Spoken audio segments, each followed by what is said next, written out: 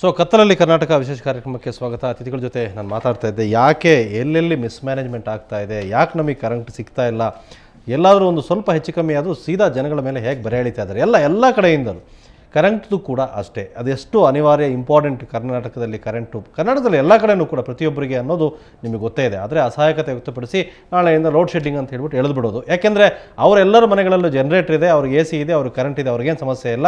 ಸಾಮಾನ್ಯ ಜನರ ಸಮಸ್ಯೆ ಅವ್ರಿಗೆ ಅರಿವು ಆಗೋದೇ ಇಲ್ಲ. ಒಂದು ಇದ್ರ ಬಗ್ಗೆ ಸಾರ್ವಜನಿಕರು ಕೂಡ ಭಾಳಷ್ಟು ಚೆನ್ನಾಗಿ ಕರೆ ಮಾಡ್ತಾ ಇದ್ದಾರೆ ನಮ್ಮ ಜೊತೆ ಮಾತಾಡಬೇಕು ಅಂತ. ಮೊದಲಿಗೆ ಶಿವಮೊಗ್ಗದ ಅರುಣ್ ಅನ್ನೋರೊಬ್ಬರು ಕರೆ ಮಾಡಿದ್ದಾರೆ. ಅರುಣ್ ಮಾತಾಡಿ, ಏನು ಹೇಳಬೇಕು ಅಂದ್ಕೊಂಡಿದ್ದೀರಿ? ಸರ್, ನಾವು ಹೇಳ್ತಾ ಇದೀವಿ ಸೋಲಾರ್ ಕಂಪ್ನಿನ, ಅಂದ್ರೆ ಸೋಲಾರ್ ಕಂಪ್ನಿಯಿಂದ ಪರ್ಚೇಸ್ ಮಾಡಿಸ್ಕೊಂಡು ಕರೆಂಟ್ ನ ಇವ್ರಿಗೆ ಕೊಡ್ಬೇಕು, ಯಾರಿಗೆ, ಗ್ರಾಹಕರಿಗೆ. ಆಮೇಲೆ ಸೋಲಾರ್ ಇಂದ ಏನೇ ತಗೊಂಡ್ರು ಅದಕ್ಕೆ ಸಬ್ಸಿಡಿ ಕೊಡ್ಬೇಕು ಅಂತ ನಾವು ಹೇಳ್ತಾ ಇದೀವಿ. ಕರೆಕ್ಟ್, ಅದನ್ನೇ ನಮ್ಮ ಮೋಹನ್ ಮಾತಾಡ್ತಾ ಇದ್ದಾರೆ. ಮೋಹನ್ ಜೊತೆ ಮಾತಾಡಿ. ಅವರು ಸೋಲಾರ್ ಅರುಣ್ ಅವರೇ, ಈಗ ಸಬ್ಸಿಡಿ ಬರ್ತಾ ಇದೆಯಲ್ಲ, ಆದ್ರೆ ಆ ಸಬ್ಸಿಡಿ ನಿಮ್ಗೆ ಸರಳವಾಗಿ ಸಿಗ್ತಾ ಇದೆಯೋ ಅಥವಾ ತುಂಬಾ ತೊಂದರೆಯಾಗಿ ಸಿಗ್ತಾ ಇದೆಯಾ? ಅದೇ ನಾವು ಹೇಳ್ತಾ ಇರೋದು. ನಮ್ದು ಫ್ಲೋರ್ ಮಿಲ್ ಇದೆ, ಹಿಟ್ಟಿನ ಮಿಲ್ಲು. ನಾವು ಕೇಳ್ತಾ ಇದೀವಿ, ಎಷ್ಟೋ ಸರಿ ಕೇಳಿದ್ವಿ ನಾವು, ಈ ತರ ಸಬ್ಸಿಡಿ ಕೊಡಕ್ ಆಗತ್ತಾ ಅಂತ. ಏನ್ ಹೇಳ್ತಾರೆ ಗೌರ್ಮೆಂಟ್ ಇಂದ ಈ ತರ ಯಾವ್ದೇ ಸೌಲಭ್ಯ ಇಲ್ಲ, ಅದು ಇಲ್ಲ, ಇದು ಇಲ್ಲ, ಬರೀ ಓಡಾಟ ಇದೇ ಆಗಿದೆ. ಇದನ್ನೆಲ್ಲ ಕೊಟ್ರೆ ನಮ್ಗೆ ಬಹಳ ಅನುಕೂಲ ಆಗತ್ತೆ ಅಂತ ನಾನು ಹೇಳ್ತಾ ಇದ್ದೀನಿ. Okay, thank you. ಇನ್ನೊಬ್ರು ಕಾಶಿನಾಥ್ ಅನ್ನೋರು ಗುಲ್ಬರ್ಗ. ಕಾಶಿನಾಥ್ ಮಾತಾಡಿ. ಹೇಳಿ ಕಾಶಿನಾಥ್. ನಮಸ್ಕಾರ ಸರ್. ನಮಸ್ತೆ, ಹೇಳಿ ಕಾಶಿನಾಥ್. ಇವರು ಸುವರ್ಣ ಹೌದ್ರಿ, ಮಾತಾಡ್ರಿ. ಏನ್ ಕೇಳ್ಬೇಕು ಅನ್ಕೊಂಡಿದ್ದೀರಿ? ಅದೇ ಗುಲ್ಬರ್ಗದಿಂದ ಈಗ ಇವ್ರು ಡಿಸ್ಟ್ರಿಬ್ಯೂಷನ್ ಬಾಕ್ಸ್ ಅಂತ ಹೇಳ್ರಿ, ಟ್ರಾನ್ಸ್ಫಾರ್ಮರ್ ಸೆಂಟರ್ ಬಲ್ಲಿ ಒಂದು ಮೀಟರಿಂಗ್ ಕುಂದ್ರಿಸಿರ್ತಾರ್ರಿ. ಅದೇನಂತರಿ ಎಲ್ಲಾ ರೆಕಾರ್ಡ್ ಮಾಡ್ತಾರ್ರಿ, ಅದು ಎಷ್ಟ್ ಯೂನಿಟ್ ಕನ್ಸಂಪ್ಷನ್ ಆಗ್ತದ ಅನ್ನೋದು. ಆ ಮೀಟರ್ ಕನ್ಸಂಪ್ಷನ್ ಮತ್ ಅದ್ರ ಮೇಲೆ ಎಷ್ಟು ಇವು ಮೀಟರ್ಸ್ ಇರ್ತಾವಲ್ರಿ, ಕನೆಕ್ಷನ್ಗಳು ಸುಟ್ಟಿದ್ದು ಬೇರೆ ಮೀಟರ್ ಅವು ಎಲ್ಲಾ ಕೂಡ್ಸ್ರ ಅದಕ್ಕೆ ಟ್ಯಾಲಿ ಕನ್ಸಂಪ್ಷನ್ ಆಗ್ಬೇಕ್ರಿ. ಅಂದ್ರೆ ಸಪೋಸ್ 1,000 ಯೂನಿಟ್ ಅದು ಮೇನ್ ಮೀಟರ್ ಕುಂತ ಅಂತ ಹೇಳ್ರಿ TC ಬಲ್ಲಿ. ಅವೆಲ್ಲ ಅದ್ರ ಮೇಲೆ ಒಂದು 10 ಮೀಟರ್ ಸಣ್ಣ ಇರ್ತಾವ್ರಿ, ಸಿಂಗಲ್ ಫೇಸ್ 3 ಫೇಸ್ ಅವೆಲ್ಲ ಕೂಡಿದ್ರ ಆ ಮೀಟರ್ಕ ಮತ್ತ ಇದು ಮೇನ್ ಮೀಟರ್ ಟ್ಯಾಲಿ ಆಗ್ಬೇಕು. ಅದು 2 ಗಂಟೆ ರೊಕ್ಕ ಖರ್ಚು ಮಾಡಿ ಆ TC ಬಲ್ಲಿ ಕುಂದ್ರಿಸಿರ್ತಾರಿ. ಅದು ಇದುವರೆಗೆ ಟ್ಯಾಲಿ ಮಾಡಲ್ಲ, ಅದ್ರದ್ದು ಎಲ್ಲೋ ಕೊಳಿತಾ ಇರ್ತದ ಮೀಟರ್. ಇಷ್ಟೊಂದೆಲ್ಲ 2 ಗಂಟೆ ಅಮೌಂಟ್ ಹಾಕ್ತಾರ, ಬಟ್ ಅದಕ್ಕೆ ಸಕ್ಸಸ್ ಮಾಡಲ್ರಿ. ಅದಕ್ಕೆಲ್ಲ ಪೂರಾ ಅದು ಎಲ್ಲ ಲಾಸ್ ಮಾಡಿಬಿಡ್ತಾರೆ. ಅದು ಆಯ್ತು. ಮತ್ ಜೇವರ್ಗಿ ತಾಲೂಕ ಒಳಗ ಸಿಂಗಲ್ ಫೇಸ್ ಟ್ರಾನ್ಸ್ಫಾರ್ಮರ್ ಅಂತ ಹೇಳಿ ಕುಂದ್ರಸ್ಯಾರ್ರಿ ಜೇವರ್ಗಿ ಒಳಗ. ಓಕೆ ಕಾಶಿನಾಥ್. ಇನ್ನೊಬ್ಬರ ಜೊತೆ ಮಾತಾಡೋದಕ್ಕೂ ಮೊದಲು, ನಮ್ಮಲ್ಲಿ ಕರೆಂಟೇ ನೆಟ್ಟಿಗಿಲ್ಲ. ನಾವು ಎಷ್ಟು ಕರೆಂಟ್ ಯಾವಾಗ ಕೊಡ್ತೀವಿ ಏನೋ ಅಂತಿಲ್ಲ. ಎಲ್ಲರೂ ಬೇರೆಯವ್ರ ಮೇಲೆ ಡಿಪೆಂಡ್ ಆಗಿದ್ದೀವಿ ನಾವು. ನಮ್ದು ಏನು ಸ್ವಂತದ್ದು ಏನು ಇಲ್ವೇ ಇಲ್ಲ, ಇಲ್ಲಿ ಭಾಳ ಕಮ್ಮಿ ಇದೆ ಅಂತಾರೆ. ಆದರೂ ಹೊಸ ಅನೇಕ ಪ್ರಾಜೆಕ್ಟ್ಗಳಿದೆ ನಮ್ಮದು ಕರೆಂಟ್ದು, ಬೇಕಾದಷ್ಟು ಪ್ರಾಜೆಕ್ಟ್ಗಳು. ಏನು ಆ ಪ್ರಾಜೆಕ್ಟ್ಗಳೆಲ್ಲ ಏನು ಬರೀ ಖರ್ಚು ಮಾಡೋದಕ್ಕೆ ಅದರಿಂದ ಏನು ಅನುಕೂಲ ಇದೆಯಾ? ನೋಡಿ, ನಮ್ಮಲ್ಲಿ ಏನಾಗ್ತಾ ಇದೆ, ಇವರು ಟ್ರಯಲ್ ಆ್ಯಂಡ್ ಎರರ್ ಮೆಥಡಲ್ಲಿ ಸುಮಾರು ಪ್ರಾಜೆಕ್ಟ್ಸ್ ಮಾಡಬೇಕು ಅಂತ ಇದ್ದಾರೆ. ಈ ಟ್ರಯಲ್ ಆ್ಯಂಡ್ ಎರರಲ್ಲಿ ಬರೀ ಎರರ್ ಆಗ್ತಾ ಇದೆಯಾ ಹೊರತು ಟ್ರಯಲ್ಲೂ ಆಗ್ತಾ ಇಲ್ಲ. ಫಾರ್ ಎಕ್ಸಾಂಪಲ್, ಈ ನಿರಂತರ ಜ್ಯೋತಿ ಪ್ರಾಜೆಕ್ಟ್ ಅಂತ ಒಂದು ಇವ್ರದ್ದು ಪೈಲಟ್ ಪ್ರಾಜೆಕ್ಟು 9/11/2008 ಚೀಫ್ ಮಿನಿಸ್ಟರ್ ಯಡಿಯೂರಪ್ಪನವರು ಇನಾಗ್ರೇಟ್ ಮಾಡಿದ್ರು. ಇದು ಅವತ್ತು ಮುಗೀತು ಅಂತ ಮಾಹಿತಿ ಹಕ್ಕು ಪ್ರಕಾರ KEBನವರು, ಬೆಸ್ಕಾಮ್ನವರು ಒಂದು ಇನ್ಫಾರ್ಮೇಷನ್ನು ಕೊಟ್ಟರು. ಈ ಪ್ರಾಜೆಕ್ಟ್ ಕಂಪ್ಲೀಟ್ ಆದಮೇಲೆ 1000 ಕೋಟಿ ರೂಪಾಯಿ ಮೆಟೀರಿಯಲ್ ಪ್ರೊಕ್ಯೂರ್ ಮಾಡಿದ್ರು. ಅವ್ರಿಗೆ ಬೇಕಾಗಿದ್ದು ಫಸ್ಟ್ ಸ್ಟೇಜ್ಗೆ 10,000 ಕಿಲೋಮೀಟರ್ ಕಂಡಕ್ಟರ್ ಆದರೂ ಕೂಡ 50,000 ಕಿಲೋಮೀಟರ್ ಕಂಡಕ್ಟರ್ ಪರ್ಚೇಸ್ ಮಾಡಿದ್ರು. ಮಾಡಿ ಎಲ್ಲ ಕಡೆ ನಿಮ್ಮ ವಾಹಿನಿನಲ್ಲೇ ಅದು ಬಂದಿತ್ತು. ಇರಲಿ, ಈಗ ಈ ಪೈಲಟ್ ಪ್ರಾಜೆಕ್ಟ್ ಕಂಪ್ಲೀಟ್ ಆದಮೇಲೆ 2 ವರ್ಷ ಆದಮೇಲೆ 10/1/2011 ಒಂದು ಟೆಂಡರ್ ಕರೆದ್ರು. ಮಾಲೂರು ತಾಲೂಕಿನಲ್ಲಿ ನಿರಂತರ ಜ್ಯೋತಿ ಸ್ಕೀಮ್ ಪೈಲಟ್ ಯೋಜನೆ ಮೌಲ್ಯಮಾಪನ ಅಂತ. ಅಂದ್ರೆ 2 ವರ್ಷಕ್ಕೆ 1000 ಕೋಟಿ ಖರ್ಚು ಮಾಡಿ ಒಂದು ಪ್ರಾಜೆಕ್ಟ್ ಮಾಡಿ 2 ವರ್ಷ ಆದ್ಮೇಲೆ ಅದನ್ನ ಮೌಲ್ಯಮಾಪನ ಮಾಡೋದು ಬೇಕಾ ಬೇಡವಾ ಅಂತ ಹೇಳಿ. ಈ 1000 ಕೋಟಿ ದುಡ್ಡು ಯಾರ್ದು ಹಾಗಾದ್ರೆ? ಯಾರ್ದು ಅಂದ್ರೆ ಇವ್ರಿಗೆ ಅಕೌಂಟಬಿಲಿಟಿ ಇಲ್ಲ. ಒಂದು ಪಬ್ಲಿಕ್ ಮನಿ ಬಗ್ಗೆ ಕನ್ಸರ್ನ್ ಇಲ್ಲ. ಹೇಗಾದರೂ ಆಗ್ಬೋದು, ಏನಾದರೂ ಆಗ್ಬೋದು. ಜನಕ್ಕೆ 5 ರೂಪಾಯಿ ಆದರೂ ತಗೋಬೋದು, 50 ರೂಪಾಯಿ ಆದರೂ ಪವರ್ ತಗೋತಾರೆ. ಜನತೆಯಲ್ಲಿ ಕರ್ನಾಟಕದಲ್ಲಿ ಭಾಳ ಸೌಮ್ಯವಾದ ಜನ, ಯಾವುದಕ್ಕೂ ಏನು ಪ್ರಶ್ನೆಗಳು ಕೇಳಲ್ಲ ಅನ್ನೋ ಒಂದೇ ಒಂದು ಇದರಲ್ಲಿ ಇವ್ರಿಗೆ ಬೇಕಾಬಿಟ್ಟು ಏನು ಬೇಕಾದರೂ ಮಾಡ್ತಾರೆ. ಒಂದು. ಎರಡನೇದು, ನೀವು ಈ ಪ್ರಾಜೆಕ್ಟ್ ಇದಕ್ಕೆ ಬಂತು ಅಂದ್ರೂ ಬೈ ಚಾನ್ಸ್ ಈ ಮೌಲ್ಯಮಾಪನ ಫೇಲ್ಯೂರು ಅಂತ 2 ವರ್ಷ ಆದಮೇಲೆ ಗೊತ್ತಾಗಿದ್ದರೆ 1000 ಕೋಟಿ ರೂಪಾಯಿ ಪಬ್ಲಿಕ್ ಹಣ ಹೋಯಿತು. ಈಗ 24 ಗಂಟೆ ಇವರು ಪವರ್ ಕೊಡೋಕ್ಕಾಗಲ್ಲ ಅಂತ ಅವಾಗಿಂದಾನೇ ಗೊತ್ತು, ಈಗಿಂದ ಅಲ್ಲ. ಈ ಯೋಜನೆ ಶುರು ಮಾಡೋದಕ್ಕೆ ಮೊದಲು ಗೊತ್ತು.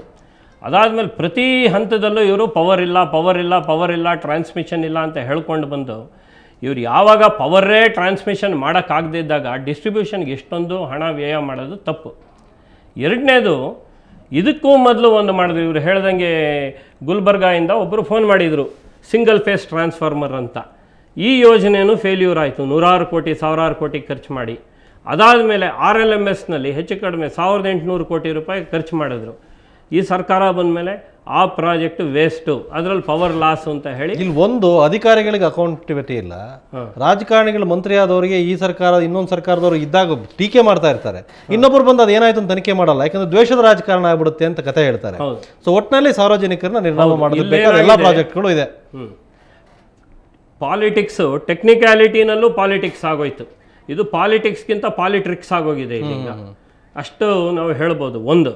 ಎರಡನೇದು, ಇನ್ನೂ ಆಶ್ಚರ್ಯವಾದ್ದು ನಿಮ್ಗೆ ಹೇಳಬೇಕು ಅಂದರೆ, ಅಮೇರಿಕಾದಲ್ಲಿ ಏನಿದೆ ಸಿಸ್ಟಮು ಅಂತ ನೋಡೋದಕ್ಕೆ ಇಲ್ಲಿನ ಕೆಲವರು ಅಧಿಕಾರಿಗಳನ್ನ, ಉನ್ನತ ಅಧಿಕಾರಿಗಳನ್ನ ಬೆಂಗಳೂರಿಂದ ಕಳಿಸಿದ್ರು ಅಮೇರಿಕಾಗೆ. Very good.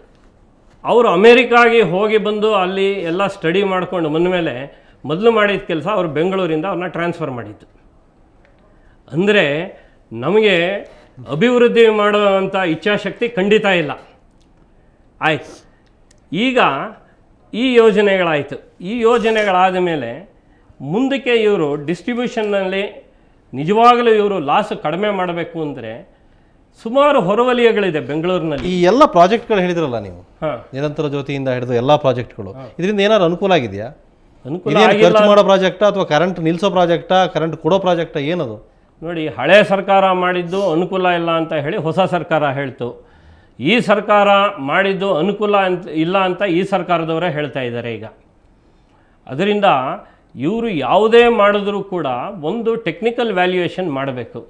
ಇವರು ಒಂದು ಸರಿಯಾದ ಒಳ್ಳೆ ಎಕ್ಸ್ಪರ್ಟ್ಸ್ನ ಇನ್ವಾಲ್ವ್ ಮಾಡಿಕೊಂಡು ಅವ್ರ ಹತ್ರ ಡಿಸ್ಕಸ್ ಮಾಡಿ ಒಂದು ಚಿಕ್ಕ ಪೈಲಟ್ ಪ್ರಾಜೆಕ್ಟ್ ಮಾಡಿ, ಆ ಪೈಲಟ್ ಪ್ರಾಜೆಕ್ಟ್ನ ಒಂದು ಸ್ವಲ್ಪ ದಿವಸ ಸ್ಟಡಿ ಮಾಡಿ ಅದು ಸ್ಟೇಬಲ್ ಆಗಿದೆ, ಅದರಿಂದ ರಿಸಲ್ಟ್ಸ್ ಬರ್ತಾ ಇದೆ ಅಂತ ಗೊತ್ತಾದ ಮೇಲೆ ಅದನ್ನು ಇಂಪ್ಲಿಮೆಂಟ್ ಮಾಡೋದು ಒಂದು ಅರ್ಥ ಇದೆ.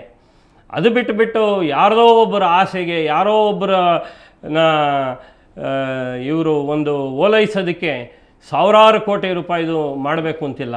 ಎರಡನೇದು, ಇವರು ಹಣ ಖರ್ಚು ಮಾಡೋದೇ ಒಂದು ಅಭಿವೃದ್ಧಿ ಅಲ್ಲ, ಅದನ್ನು ಇವರು ಇಟ್ಕೋಬೇಕು. ಈಗ ಅಭಿವೃದ್ಧಿ ಏನು, ನಮ್ಮ ನೆರೆ ರಾಜ್ಯವಾದ ಗೋವಾದಲ್ಲಿ ಹೇಗಿದೆ, ನಮ್ಮ ಕರ್ನಾಟಕದಲ್ಲಿ ಹೇಗಿದೆ, ಅವರು ಥರ್ಮಲ್ ಪವರ್ ತಗೋತಾ ಇದ್ದಾರೆ. ನಿಮಗೆ ಗೊತ್ತಿರಬೇಕೋ ಇಲ್ವೋ, ಗೋವಾದಲ್ಲಿ ಯಾವುದು ರೈಲ್ವೆ ಲೈನ್ ಇಲ್ಲವೇ ಇಲ್ಲ, ಅದು ಇರೋದು ಒಂದೇ ಒಂದು ಲೈನು. ಅವ್ರಿಗೆ ಲಾರಿನಲ್ಲೇ ಹೋಗುತ್ತೆ, ಇಲ್ಲ ಹಡಗ. ಅವರು ಎಷ್ಟು ರೂಪಾಯಿ ಕರೆಂಟ್ ಪರ್ಚೇಸ್ ಮಾಡ್ತಾ ಇದ್ದಾರೆ, ನಮ್ಮವ್ರು ಎಷ್ಟಲ್ಲಿ ಮಾಡ್ತಾ ಇದ್ದಾರೆ ನೋಡಿ. ಈಗ ಗೋವಾದಲ್ಲಿ ಇದು ಹಳೇದು, ನಮ್ಮದು ಹಳೇದು, ಅವ್ರದ್ದು ಹಳೇದೇ ಇರುತ್ತೆ. ಇದು ಎರಡು ರಿಪೋರ್ಟು ನಾವು ನೋಡ್ತು ಅಂದರೆ ಇಲ್ಲೇ ಇದೆ, ಕೊಡ್ತೀನಿ ಒಂದು ನಿಮಿಷ.